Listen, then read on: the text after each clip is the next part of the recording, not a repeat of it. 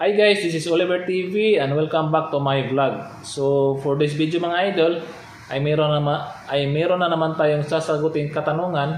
So ito ay ating sasagutin.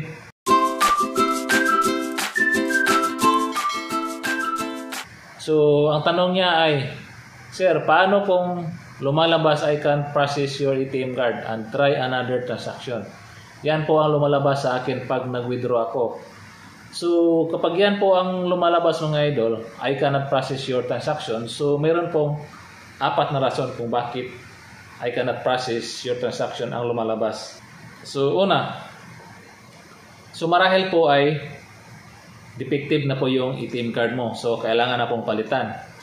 So, pangalawa, marahil po na may dumi or nadumihan po yung chip ng yung ATM card. Yung chip po mga idol ay yung parang SIM pack or SIM card na makikita po natin sa ating ATM card. Nasa harapan po yun. Yun po ang punasan natin. Punasan lang po natin ng mahinahon. Punasan lang po natin yan. And then pagkatapos, i-insert natin ulit. Kapag ang lumalabas ay cannot process pa rin, so marahil defective na po yan. Kailangan na po palitan ng bagong ATM card. And then pangatlong rason kung bakit ay cannot process yung lumalabas, so marahil po offline po yung depository bank mo o yung mother bank ng ATM card mo.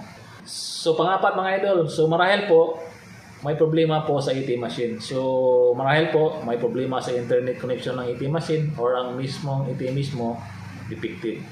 Try mo mag-withdraw sa ibang machine, kapag I cannot process yung transaction pa rin ng lumalabas, so kailangan na po natin palitan yung ATM card mo.